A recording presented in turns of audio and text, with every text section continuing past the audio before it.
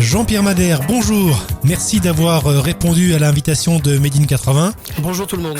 Et la première question, elle est plutôt originale. Es-tu plutôt pain au chocolat ou chocolatine ? Alors écoute, moi je suis chocolatine puisque je suis né à Toulouse dans les fin des années 50 et c'est vraiment une ville que j'ai toujours eu du mal à quitter. Je me suis jamais installé à Paris comme la plupart d'ailleurs des musiciens toulousains. Si je fais référence à Nougaro qui à un moment donné est parti vivre un peu à Montmartre mais pas tellement. Si je fais référence à Pierre Groscola, à Émilie Image, à Armengo, c'est vrai qu'on est tous, et même Zebda, on est tous restés fidèles à cette ville. Je crois qu'il nous a attirés comme un aimant. Puis il faut dire aussi que c'est une place forte de la musique en France, puisqu'à travers des studios dans les années 70 comme le studio Condorcet, qui recevait Mike Brand, Gérard Lenormand, Michel Sardou, Antoine, il y a eu toute comme ça une profession qui s'est un peu montée à Toulouse avec les frères Seff. Et c'est vrai qu'on a tous bénéficié un peu du même accueil, comme si on habitait à Paris. Toulouse était la deuxième ville française de la musique. On venait à Toulouse chercher un certain son. Et c'est vrai que je suis toujours resté à Toulouse. Jean-Pierre Madère est l'invité exceptionnel ce matin de Made in 80. On se retrouve juste après Macumba. Jean-Pierre Madère sur madein80.fr. Vous écoutez la radio officielle des années 80. Les plus grandes stars sont ici. Je suis ce matin avec Jean-Pierre Madère qui a marqué au fer rouge cette fabuleuse décennie. Tout à la fin des années 80, vous avez décidé de changer de cap. Vous êtes devenu producteur. Pourquoi ce virage ? J'ai l'impression que j'ai pas eu le choix, c'est-à-dire qu'à un moment donné, je me suis aperçu, en tout cas j'étais chez Polydor, une maison de disques rue Cavallotti, qui m'avait re-signé pour 2 albums. Donc j'ai fait 2 albums, dont un où il y a eu un léger frémissement avec une chanson que j'ai écrite avec Françoise Hardy qui s'appelle Un résumé en conclusion, qui avait bien marché à cette époque, mais j'ai senti qu'il y avait un essoufflement des médias à mon égard, et je voyais bien que chez Polydor, ils attendaient MC Solar à la porte de l'entrée, et plus Jean-Pierre Madère. Donc tout d'un coup, il y a eu une espèce de...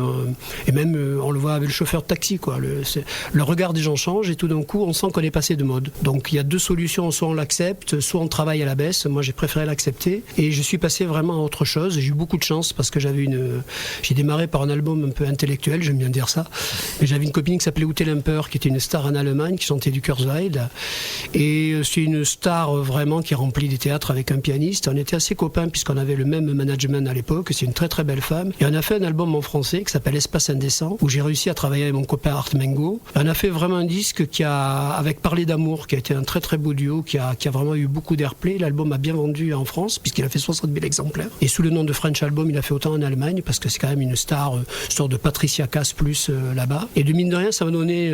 tout d'un coup, avec cet exercice de style, une nouvelle crédibilité un tout petit peu, qui m'a fait arriver des clients après. Le téléphone a commencé à ressonner chez moi, à Toulouse, mais pour des projets complètement différents. Et c'est vrai que j'ai eu l'humilité, mais aussi l'envie, parce que c'est ça de me dire, est-ce que je pouvais produire, par exemple, un basque de la world music avec Peyo Serbiel? Est-ce que je pouvais être utile à Michel Fugain, qui faisait du monde sur scène, mais qui n'arrivait pas à faire un bon disque, c'est-à-dire un disque d'adulte, parce qu'il était accroché peut-être à trop des modes faciles. Il voulait que je fasse des programmations, alors que je l'ai mis dans un univers vraiment acoustique et on a fait disque de platine sur cet album-là. Après, j'ai eu la chance de rencontrer Philippe Léotard, Bernard Lavilliers, etc.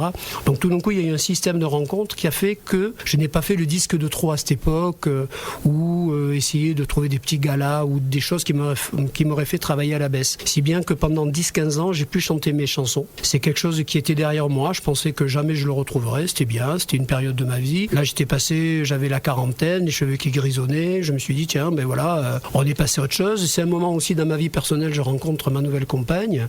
Et donc, tout d'un coup, ça prend une autre allure. Donc, tout d'un coup, je me dis, c'est pas mal.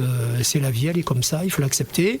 Et c'est vrai que je vois les MC Solar, les Pascal Obispo, les boys band, le rap avec NTM, toutes ces choses intéressantes qui déferlent sur la France. Et c'est vrai que je suis plus synchronisé, mon mode de chanson, ma voix, surtout le son de ma voix, n'est plus du tout synchrone avec ce qui se passe. Moi, j'écoute beaucoup de musique électronique à ce moment-là. Et c'est vrai que je me désintéresse un peu de la chanson française. Mais bon, après, tout d'un coup, on ne sait pas pourquoi, en 2001, le téléphone ressonne. Et ça va être le début du Revival 80. Et ça, je m'y attendais pas du tout. Et là, c'est le Revival qui dure depuis 2017. C'est l'aventure Star 80 qui commence. Est-ce que ça a été dur de vous convaincre de remonter sur scène ? Moi, non. Moi, j'étais assez partant d'abord parce que je pensais que ça allait pas marcher déjà.